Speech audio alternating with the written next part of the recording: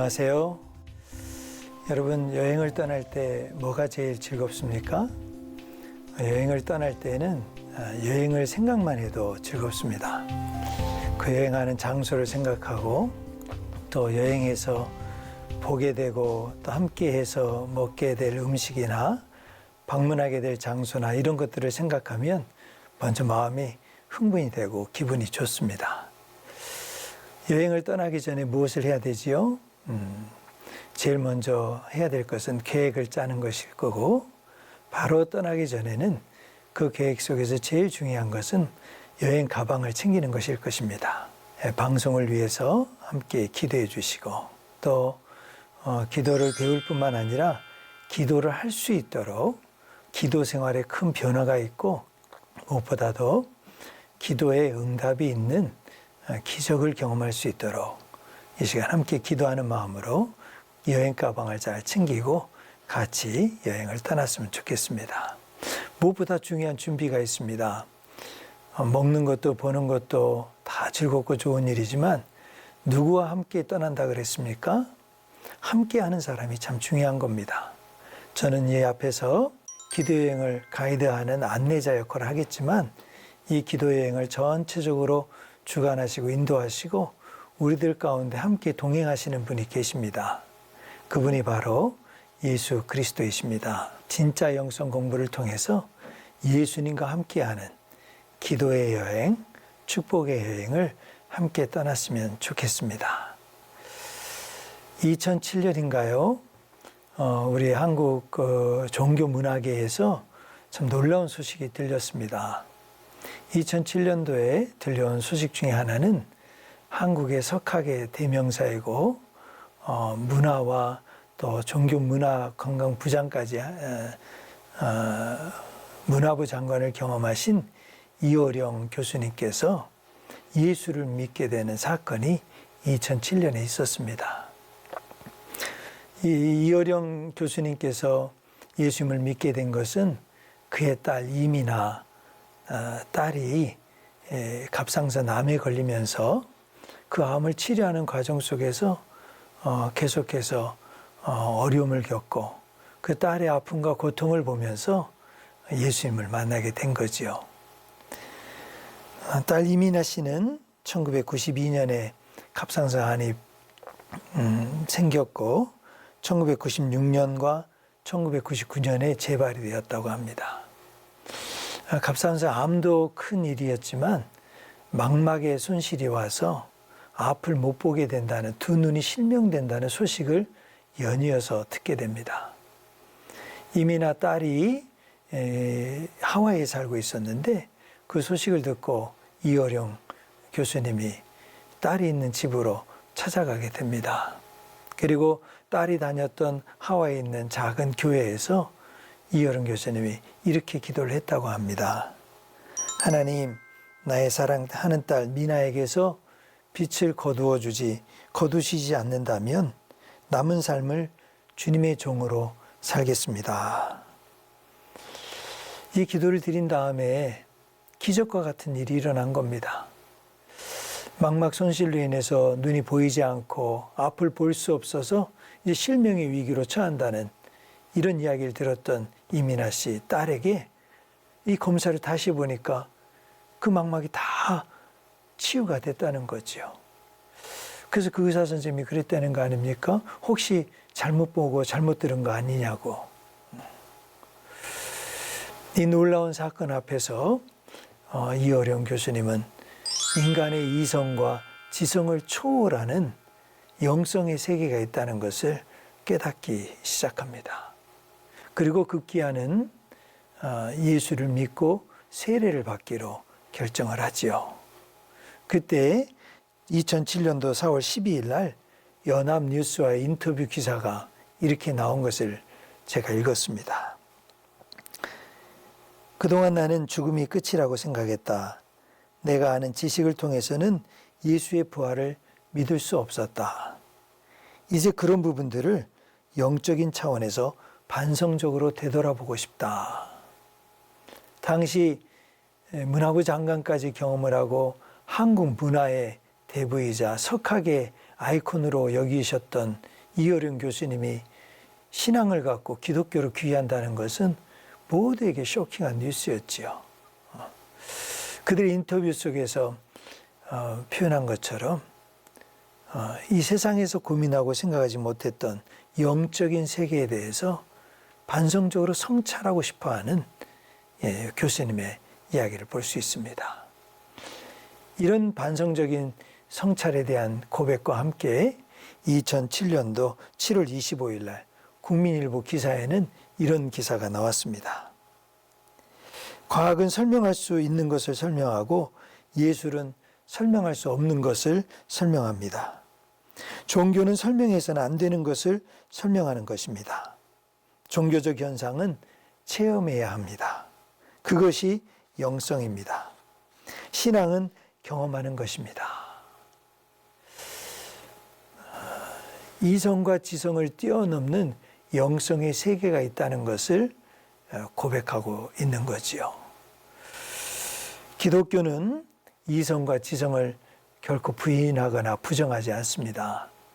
이성과 지성을 뛰어넘는 영적인 세계가 있다는 것을 보여주고 말해주는 거지요. 이 영적인 세계에 대한 체험과 경험을 하는 사람이 바로 영성적인 사람이 되는 겁니다. 영성은 무엇일까요? 영성은 영적인 존재라는 것을 깨닫는 것입니다. 사람이 지어지고 만들어진 과정을 보면 우리 모두에게는 몸이 있습니다. 보이는 물질로 구성된 육체를 다 가지고 있지요. 육체만 있는 게 아닙니다. 우리의 생각의 세계가 있고 또 우리가 알고 보고 깨닫고 판단하는 사고의 세계가 있고 정신적인 세계가 있습니다. 이뿐만이 아닙니다. 오늘 이어른 교수님이 지성과 이성을 뛰어넘는 영성의 세계를 새롭게 경험하고 인식했던 것처럼 보이지 않는 영적인 세계, 영성의 세계가 있다는 것을 보는 거지요. 인간은 어떤 존재입니까? 인간은 하나님의 영으로 지으심을 받은 존재입니다. 성경은 말합니다. 창세기 1장 26절과 27절에 보면 이렇게 성경은 기록하고 있습니다. 하나님이 이르시되 우리의 형상을 따라 우리의 모양대로 우리가 사람을 만들고 그들로 바다의 물고기와 하늘의 새와 가축과 온 땅과 땅에 기는 모든 것을 다스리게 하자 하시고, 하나님이 세상을 창조하실 때 말씀으로 창조하신 것은 우리 성도님들 다 아시지요. 그런데 유독히 모든 세상에 있는 창조 세계를 하나님이 지으실 때에는 이런 표현이 나오지 않습니다. 오늘 사람을 지을 때만 나오는 표현이 하나 있는데 그 표현이 바로 우리가 만들고 우리가 만들자. 여기서 우리는 누굴 말할까요?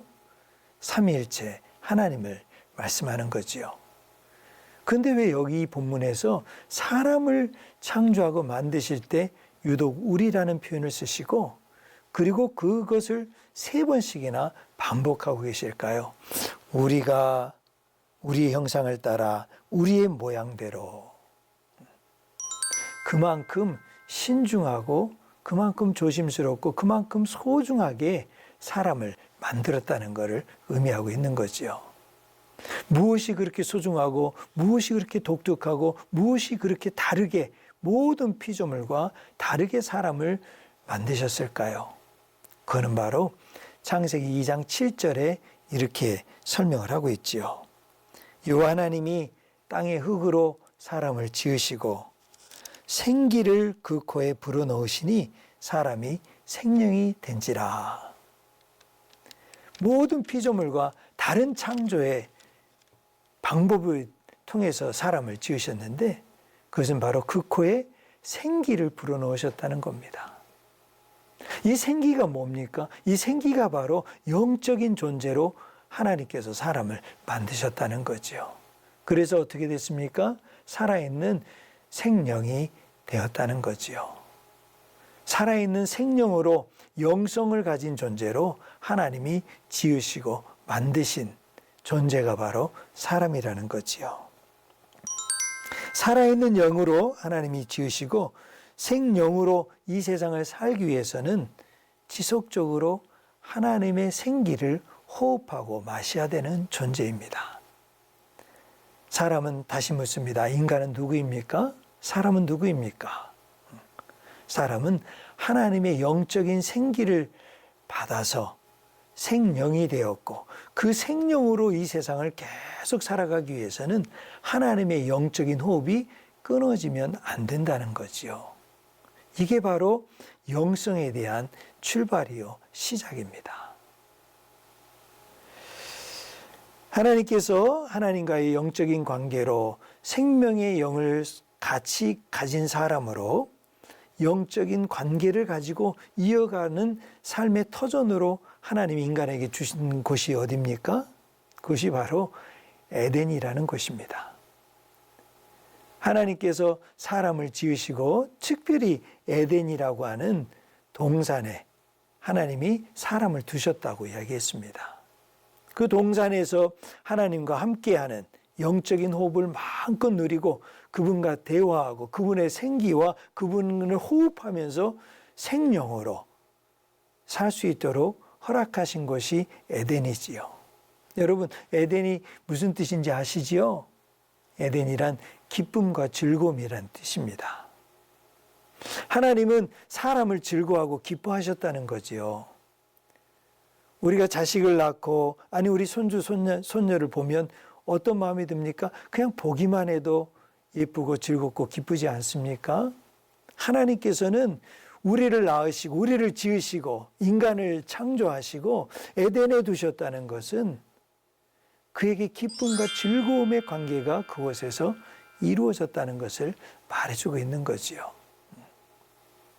기쁨과 즐거움의 관계, 하나님과 함께 동행하면서 하나님과 함께 호흡하면서 그분과 대화하면서 누리었던 즐거움과 기쁨, 그것이 항상 넘쳤던 장소 에덴, 그것을 하나님이 우리에게 허락해 주신 거지요. 그런 점에서 하나님과의 영적인 관계를 계속 유지해 가는 것을 우리는 기도라고 표현을 하지요. 기도는 하나님과의 대화요, 영적인 호흡이라고 이야기를 하지 않습니까? 하나님과의 끊임없는 관계를 통해서 그분을 즐거워하고 기뻐하는 마음이 우리 인간과 사람들에게 허락이 되고 누려지는 축복으로 주어졌다는 거지요. 자, 그러면은 한번 성도님들에게 묻겠습니다. 성도님들은 지금 하나님이 우리를 영적인 교제와 관계 속에서 그 기쁨과 즐거움을 누리도록 이 세상을 살게 해주셨는데 그 즐거움과 기쁨을 누리고 계십니까?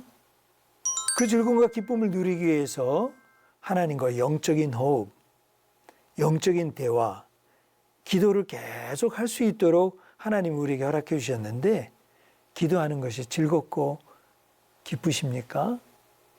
아니면 기도하는 게 너무 힘들고 부담스럽고 어렵습니까? 사실 목사인 저에게도 기도가 편안한 건 아닙니다. 사실 너무 분주하고요. 너무 또 눈에 보이는 해야 될 일들도 많고요. 오히려 기도하는 시간보다는 제가 빨리 움직여서 여기저기 전화해서 이것저것을 성취하고 이루어서 해야 된다는 부담감이, 무게가 제 어깨에 더 많이 눌릴 때가 많이 있습니다. 사실 처음 사람부터 오늘 우리의 모든 사람들에게 하나님과의 영적인 관계를 이루고 그분을 호흡하면서 그분이 주시는 참된 기쁨과 즐거움을 누릴 수 있도록 해주신 그 삶을 맛보고 누리기보다는 힘들고 어렵게 부담스럽고 좀 무거운 짐처럼 느끼면서 우리가 신앙생활을 하고 기도생활은 하고 있는 것은 아닌지. 그러면은 왜 하나님께서 하나님과의 영적인 관계 속에서 그분이 주신 에덴에서 즐거움과 기쁨을 가지고 하나님과의 관계를 잘 이루어가면서 호흡하면서 그분이 주신 생기를 계속 누려가면서 복된 인생, 에덴의 축복을 누리기 원하는 그런 인생을 우리에게 주셨는데 왜 그것이 어렵게 되었을까요? 그게 왜 깨져버렸을까요? 아니 그게 내 마음과 생각 속에서 전혀 생각이 들지 않을 정도로 기도하지 않는 영적인 호흡이 없이도 그냥 살아가는 인생이 되고 말았을까요? 그 이야기가 바로 창세기 3장에 나와 있죠. 창세기 1장과 2장에서는 하나님이 온 세계의 만물을 다 창조하시고 그리고 사람을 지으신 내용이 나오지 않습니까? 그리고 설명드린 대로 에덴 동산에 하나님이 사람을 두시고 온 세상 만물을 다스리고 모든 것을 통치할 수 있는 그런 권한을 우리 사람에게 주셨지요. 그런데 이제 그 동산에서 하나님께서 사람을 두시고 나셔서 그 동산 중앙에다가 하나님이 두 그루의 나무를 심어 두셨어요. 그 나무가 뭔지 아시죠? 한 그루는 생명나무였습니다. 또 다른 한 그루는 선악을 알게 하는 나무라 그랬어요. 그 나무 중앙 동산에 하나님이 두 그루의 나무를 심겨두고 다른 것은 다 나무의 열매를 먹고 다른 것은 다 네가 다스리고 네가 원하는 대로 임의대로 다 할 수 있지만 오직 동산 중앙에 있는 두 그루 생명나무와 선악을 알게 하는 나무는 먹지 말라 그랬습니다. 그런데 어떻게 됐습니까? 창세기 3장에 보면 그 선악을 알게 하는 나무를 바로 아담과 하와가 먹게 되는 스토리가 나옵니다. 그 자세한 내용이 모든 것을 성경이 다 담고 있지는 않지만 그 내용을 보면 거기에 뱀이 등장을 하지요. 우리는 간혹 뱀이 하와를 유혹하고 또 하와가 아담을 유혹해서 아담과 하와는 전혀 먹을 생각이 없었는데 전혀 그의 생각도 마음도 없었는데 뱀이 유혹을 해서 아담과 하와가 먹은 것처럼 이해를 합니다. 물론 그런 면도 있죠. 또 어떤 분은 이렇게도 생각을 합니다. 아예 하나님께서 에덴 동산을 만드시고 사람에게 주셨을 때 그것에 선악을 알게 하는 나무, 생명을 알게 하는 나무를 아예 두시지 않았다고 하면 그렇게 기쁨과 즐거움을 뺏기지 않았지 않았겠습니까? 그래서 오히려 하나님이 그걸 두신 것을 오히려 더 원망하고 이건 하나님 책임입니다. 아담도 하와도 죄가 없습니다. 이렇게 설명하는 그런 마음도 그런 질문도 갖는 사람들도 있습니다. 여러분, 왜 하나님께서 선악과를 두셨을까요? 왜 선악과라는 건 뭘까요?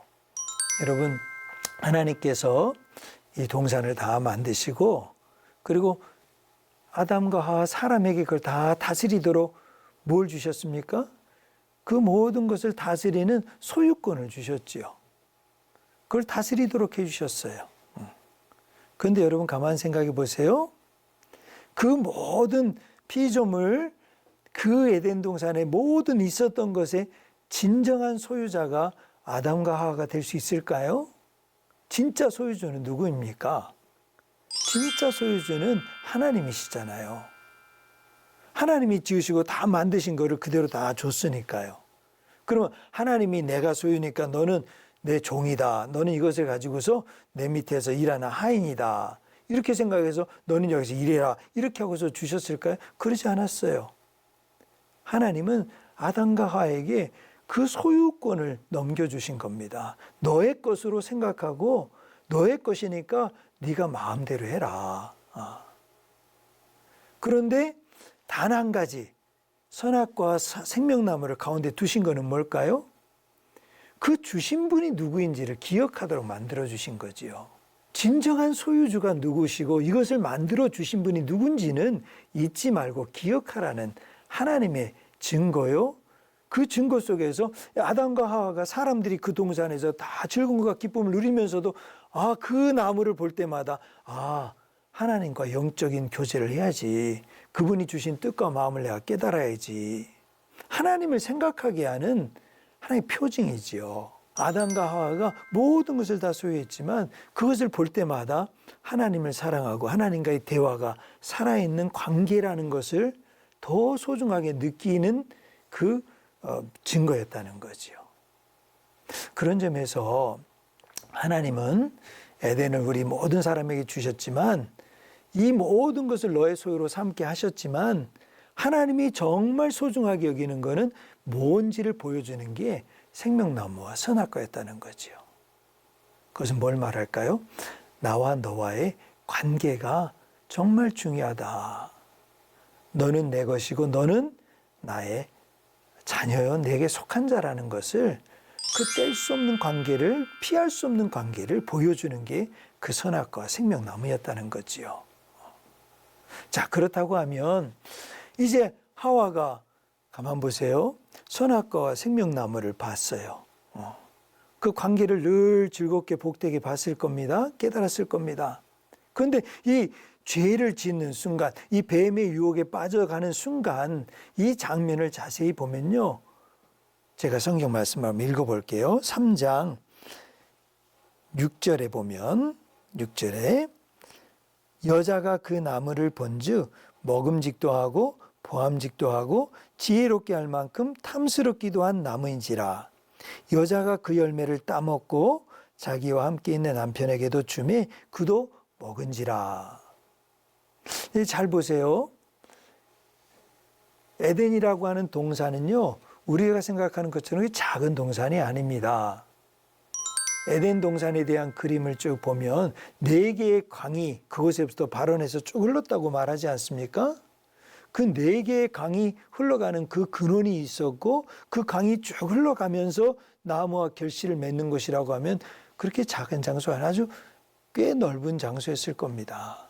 그 장소에서 생명나무와 선악과 나무를 보는데 그 주변에 있는 것을 하와가 아담이 계속 즐기고 보고 누리고 맛보다가 이제 그 나무를 본즉했어요. 그 나무를 보는데 멀리서 보는 게 아니라 지금 그 나무를 딸 수 있는 장소까지 왔다는 것을 알 수 있죠.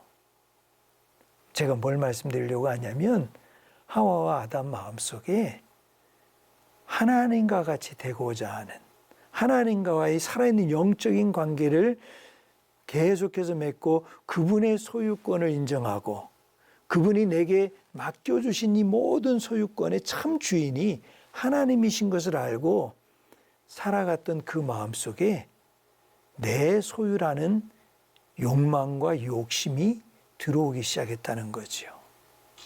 그래서 그 나무를 본즉 보니까 어떻게 했습니까? 먹음직도 하고 보암직도 하고 지혜롭게 할 만큼 탐스럽기도 하고 그러니까 그걸 보면서 그걸 잡고 딸 수 있을 정도로 누가 땄습니까? 여자가 그 열매를 땄어요. 뱀이 따서 준 게 아닙니다. 간혹 만화나 어디 이렇게 동화 속에 보면 누가 뱀이 따가지고 준 것처럼 생각하는데요. 오늘 성경 말씀에 보면 따서 먹은 사람이 하와. 그만큼 가까이 하나님과의 관계와 릴레이션십이 그분과의 사귐과 교제가 그만큼 느슨해지고 깨어지고 그 마음속에 욕심과 탐욕이 들어오기 시작했다는 거지요. 그러고 나서 결정적으로 그 열매를 따먹고 그리고 누구에게도 줬습니까? 바로 아담에게도 건네주고 있는 것을 알 수 있지요. 사랑하는 성도님 여러분, 바로 우리 마음속에서 하나님과의 살아있는 영적인 호흡이 막히는 순간이 바로 하나님으로부터 떠나는 순간입니다. 그 순간에 하와와 아담이 눈이 밝아집니다. 먹음직도 하고 보암직도 하고 탐스럽게 된 욕망이 그 속에 들어오면서 하나님으로부터 멀리 떠나가게 됩니다. 그때 성경 말씀에 보면 그들이 그날 바람이 불 때 동산에 거니시는 여호와 하나님의 소리를 듣고 그러거든요. 자, 이 소리는 어떤 소리였을까요? 하나님 당신 스스로께서 하나님께서 먹지 말라고 하는 그 선악과를 따먹었기 때문에 아담과 하와를 책망하기 위해서 어떻게 됐나 어디 있나 하고서 불꽃 같은 눈동자로 그 아담과 하와를 찾으려고 하는 소리였을까요? 아니지요.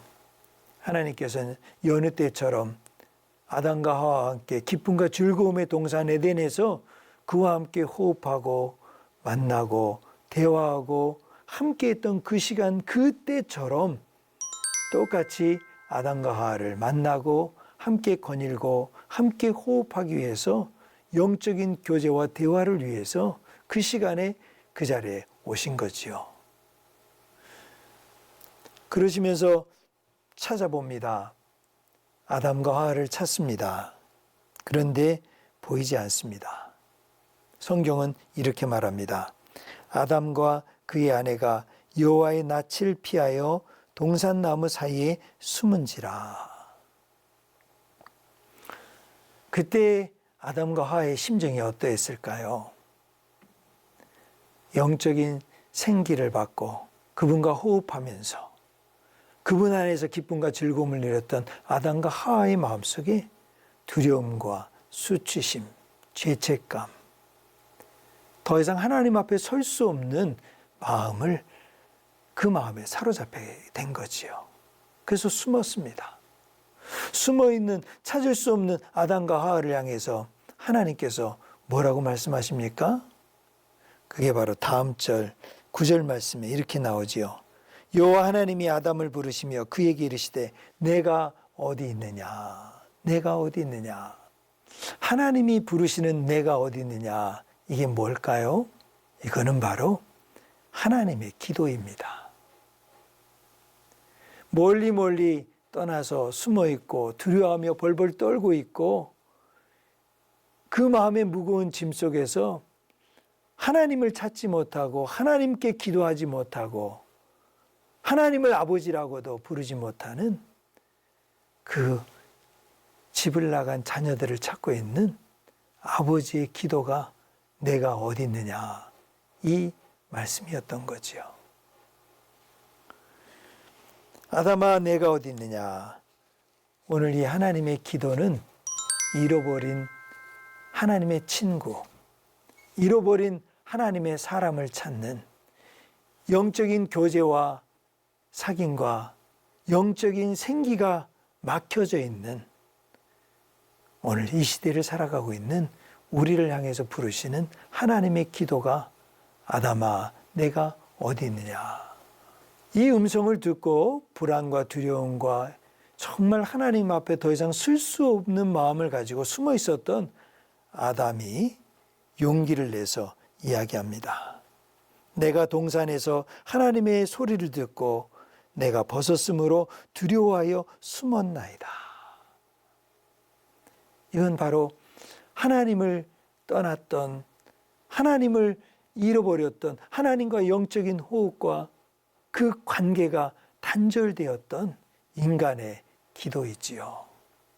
오늘 이 방송을 듣고 있는 우리 사랑하는 모든 성도님들 마음속에 아담아 내가 어디 있느냐 부르시는 하나님의 음성이 들려지시기를 주님의 이름으로 축복합니다. 그 음성을 듣고 누구든지 주여 내가 벗었나이다. 내가 숨었나이다. 내가 하나님과의 영적인 교제가 사귐이 그 친밀한 기도가 대화가 멈추었나이다. 그 고백으로 주님 앞에 기도할 때 우리 하나님은 다시금 우리를 위해서 가죽옷을 지어주시고 하나님의 회복의 자리로 하나님과 영적인 교제와 사귐이 치유되고 다시 만들어지는 과정으로 우리를 초대해 주실 것입니다. 이 회복의 자리로, 이 초대의 자리로 초대해 주시기 위해서, 그래서 그 이후로 어떻게 됩니까? 아담과 하와가 그 동산에서 이제는 멀리 내쫓겨나게 되지요. 그 쫓겨나는 이야기도 너무 재밌습니다. 그 내용 중에 하나가 선악을 알게 하는 나무는 먹어서 이제는 그 밖에 나가지만 생명나무를 지키기 위해서 생명나무는 하나님과의 관계입니다. 하나님과 변치 않는 영원한 생명의 관계를 말해줍니다. 하나님은 비록 아담과 하와가 그 길을 멀리 떠나서 세상 밖으로 에덴 동산의 밖으로 나갔지만 그러나 하나님의 생명의 관계는 계속 우리 사람들과 이어져 가게 만들어 주신 거지요. 그래서 하나님께서 친히 이 에덴의 회복과 하나님과 영적인 생명의 관계를 회복하기 위해서 친히 육신의 몸을 입고 이 땅에 오신 겁니다. 그래서 예수님이 이 땅에 오시지 않았습니까? 예수님께서 누가복음 19장 10절에 보면 본인이 온 목적을 뭐라고 표현한지 아시죠? 인자가 온 것은 잃어버린 자를 구원하려 하심이니라. 그 잃어버린 자가 누구입니까? 단순히 오늘 만나고 있는 삭개오나 오늘 만나고 있는 한 가난한 여인이나 오늘 하나님을 믿지 않는 한 사람을 뜻하기도 하지만 그러나 더 넓게 보면 하나님의 창조의 계획에 의하면 선악과를 먹고 두려움과 불안과 죄책감으로 떠나간 모든 사람들, 아담과 하와 그 이후에 있는 모든 인간을 잃어버린 자를 찾으시는 하나님의 마음이 바로 예수님이 이 땅에 오신 거죠. 그래서 예수님이 이 땅에 오셔서 모든 자를, 잃어버린 자를 구원하시기 위해서 이 땅에 오셨고 누구든지 그 예수님을 통해서 이제는 하나님을 아버지라고 부를 수 있게 된 거지요. 끊어졌던 생명의 관계가 이어지게 된 겁니다. 복음서에 보면 예수님께서 하나님을 아버지로 부르는 경우가 한 170여 정도 횟수가 나온다고 합니다. 그 이전까지는요, 하나님을 아버지로 부른다는 것은 도저히 상상할 수 없는 일입니다. 한 유대인들이나 구약의 백성이나 이스라엘 백성들은 하나님을 아버지로 생각하고 부르는 건 도저히 말로 할 수 없고요. 심지어는 그 하나님의 이름을 부를 수 없도록 거룩한 문자라 그래서 자음이 없습니다. 거룩한 네 글자라고만 표현을 해놓은 거예요. 그래서 하나님의 이름이 나올 때는 읽지 않고 지나갔습니다. 그런데 이제 친히 하나님께서 그 아들 독생자 예수 그리스도의 몸을 통해서 이 땅에 오심으로 하나님을 아버지라고 부를 수 있게 된 거지요. 그래서 하나님이 예수님이 이 땅에 오셔서 그 제자들에게 가르쳐 주신 기도가 뭐였습니까? 하늘에 계신 우리 아버지여. 제1성이라고 그러죠. 처음 고백하고 가르쳐 주시는 게 하늘에 계신 우리 아버지여. 아버지를 찾게 만들어 주신 겁니다. 영원한 생명의 근원, 본향, 에덴의 즐거움과 기쁨을 맛보게 하기 위해서, 회복하기 위해서 하늘에 계신 우리 아버지여. 그 아버지를 만나고 그 아버지와의 교제와 아버지와의 친밀함이 회복되게 하는 것, 그 시간이 바로 기도의 시간이고 그 기도의 시간을 통해서 영적인 생명과 영적인 생기와 호흡이 회복이 될 때 우린 처음 하나님께서 우리를 모양을 따라 우리 형상을 따라 우리가 사람을 만들자. 그의 생기를 불어넣으시니 사람이 생명이 된지라. 그런 존재의 기쁨을 우리 모두가 맛보게 되는 겁니다. 그래서 오늘 우리는 이 기도하는 이 시간을 통해서 오늘 예수님을 만나고 예수님과 함께하는 이 떠나는 기도 여행을 통해서 처음 하나님이 사람을 만드시고 주셨던 에덴의 즐거움과 기쁨이 회복되기를 소망하는 거지요. 오늘 이 자리에서 우리 성도님들은 한 가지 기억을 해야 됩니다. 우리가 어떤 위치에 어떤 자리에 있든지 하나님을 아버지로 부르며 그분 앞에 담대히 나가는 것을 부끄럽게 여기거나 또는 그 걸음 앞에 나가지 못하도록 하는 어떤 속이는 말에도 속아서는 안 됩니다. 하나님이 우리 아버지가 되셔서 예수 그리스도의 이름으로 그분을 만나고 그분 앞에 더 가까이 가서 그분과의 친밀한 사귐을 회복하고 그분과의 교제를 회복하는 이 즐거움을 맛봐야 되는데 이거를 하지 못하게 하는 머뭇머뭇거리게 만드는 그런 방해나 장애가 있다면 그것을 빨리 떨쳐 버려야 합니다. 사단에게 속으면 안 됩니다. 뱀은 첫 번째 뱀이 와서 우리한테 첫 번째 사단의 모습을 한 뱀이 와서 우리에게 먹음직도 하고 보암직도 하고 또 탐스럽게 하는 유혹을 했다고 하면 오늘 우리에게는 하나님 앞에 나가지 못하도록 아버지의 그 하나님을 아버지로 부르지 못하도록 하는 또 다른 유혹이 우리 앞에 놓여 있다는 것을 기억해야 됩니다. 이렇게 할 수도 있죠. 너 그렇게 하나님 앞에서 부끄럽게 살면서 그 하나님 앞에 그렇게 더러운 옷을 입고 그렇게 죄 지은 모습을 가지고 어떻게 깨끗하고 거룩하고 흠이 없고 점이 없는 하나님 앞에 나갈 수가 있겠냐. 너는 그렇게 나가지 못한다. 내 입으로 화내고 분노하고 욕하고 또 거짓과 속임과 중상모략을 하고 그런 말을 하는 네 입으로 어떻게 하나님을 아버지라고 부를 수 있겠느냐. 너의 일주일 동안의 생활이나 삶의 일터에서나 가정에서 하는 모든 일을 보면 너는 의롭지도 못하고 정직하지도 못하고 깨끗하지도 않은 그런 사람인데 네가 어떻게 하나님 앞에 나가서 아버지라고 부르고 네가 스스로 예수를 믿는 하나님의 아들이요 딸이라고 말할 수 있겠느냐. 혹시 이런 마음이 든다면 맞습니다. 그렇습니다. 하나님께서는 우리의 그런 모습을 다 아십니다. 그러면서도 찾으시는 겁니다. 아담과 하와가 하나님께서 정하신 선악을 알게 하는 나무를 먹지 말라고 한 것을 먹은 것을 아시면서도 아담아 네가 어디 있느냐 찾으시는 것처럼 오늘 우리의 생활 속에서 더럽고 추한 옷을 입고 살아가는 우리의 모습을 보시면서도 아무개야 네가 어디 있느냐 동일하게 찾으시는 하나님이십니다.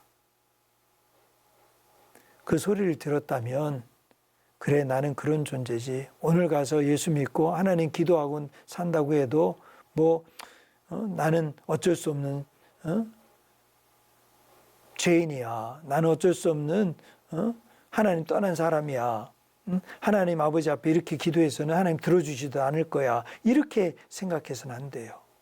그런 마음이 든다면 오늘 아담이 첫 번째 사람 아담과 하와가 주여 내가 부끄러워 숨었나이다.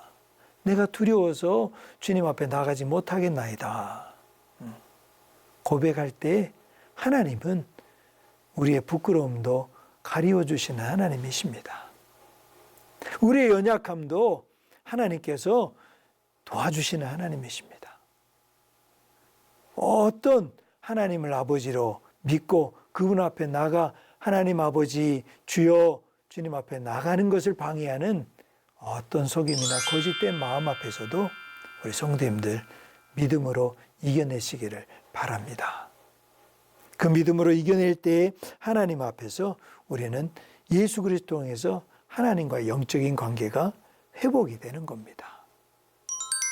회복이 됐을 때 우리 안에 영적인 생명이 들어오고 그것을 통해서 하나님이 처음 지으시고 만드셨던 영적인 존재로 영성적인 삶으로 이 세상을 넉넉하고 기쁘고 즐겁게 살아갈 수 있게 되는 거지요.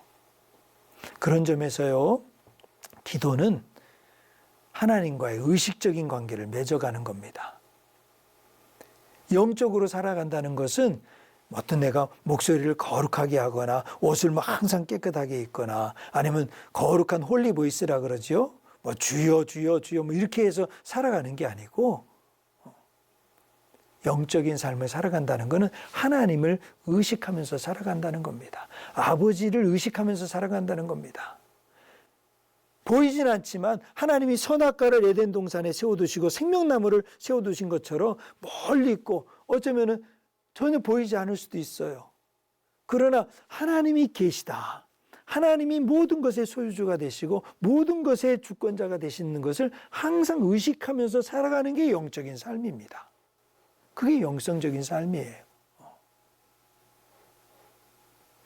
종교개혁자들이 썼던 용어 가운데 코람데오라는 용어가 있죠. 하나님 앞에서 하나님 앞에서. 하나님은 보이지 않는 분이시지만 항상 우리 가운데 계시고 우리와 함께 하시고 우리의 등 뒤에서 우리를 도와주시고 우리의 앞에서 우리의 길들을 만들어주시고 코람데오. 중세에 로렌스라고 하는 수도자가 있었습니다. 이분은 수도원에서 하는 일이 무슨 일을 맡겼냐면 요리사를 했다 그래요. 그러니까 요리사는 뭐 요즘이야 요리사가 요리만 하고 아주 멋있게 셰프 해가지고 요리사가 굉장히 좋은 직업처럼 이렇게 보이기도 하지만 사실 얼마나 피곤하고 고된 일입니까? 요리를 하기 위해서 음식을 다듬고 또 그것을 다 만들고 또 그거 만든 다음에 그 모든 것들을 다 정리하고 설거지하고 고된 일을 계속해서 하는 거지요. 그것도 한 번만 하는 게 아니라 아침, 점심, 저녁으로. 사실 다른 수도자들은 다 앉아서 밥을 먹고 경건하게 기도하고 또 말씀을 읽고 산책을 하면서 하나님을 묵상하고 다 이렇게 하나님을 의식하는 게 아주 보일만 하고 그럴듯하게 다 해나가고 있는데 이 로렌스 형제는 계속해서 주방에서 설거지하고 닦고 요리하고 뒤처리하고 사실 주부 여러분들께서도 아시지만 밥 한 번 먹고 나면 그 준비하는데 얼마나 걸립니까? 끝나고 나면 또 정리할 게 얼마나 하면 바로 정리 끝나고 잘하고 나면 바로 또 점심 오지요. 점심 오고 나면 또 바로 먹고 나면 저녁 오지요. 그래서 다 로렌스 형제가 원망하고 불평이 입에서 막 끊이지 않아야 될 형편이지 않았습니까? 근데 어떤 분이 그걸 아니 수도사가 돼서 수도원에 와서 하나님을 의식하고 그분과 늘 함께하는 삶을 하기 위해서 오셨는데 이게 무슨 일입니까? 얼마나 힘드세요?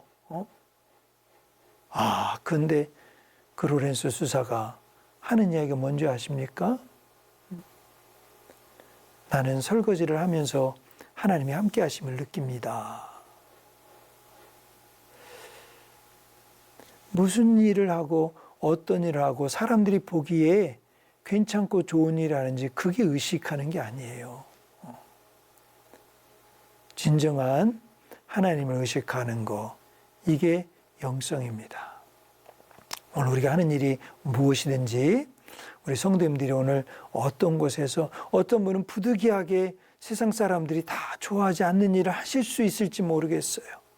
어떤 분은 모든 사람들이 봤을 때 참 좋다, 경건하다, 아주 복된 일 한다, 찬사와 인정을 받는 분들도 계실지 모릅니다.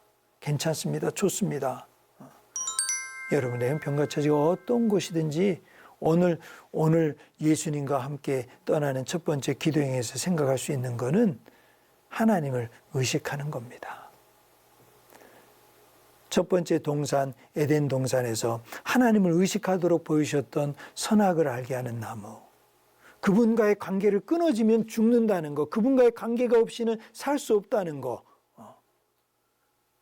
그래서 그 관계를 오늘 우리에게 맺게 하기 위해서 예수님이 우리 가운데 함께 하셨고, 그 예수님이 우리와 함께 하는 것을 계속 의식하고 그 예수님과 함께하는 그분의 말씀을 계속 의식해 가면서 살아갈 때 오늘 우리는 진정한 영성적인 삶으로 하나님을 믿고 살아가는 즐거움과 기쁨을 누리는 삶으로 이 세상을 살아가게 될 것입니다. 그런 귀하고 복된 우리 성도님들의 삶이 되시기를 주 예수의 이름으로 축복합니다.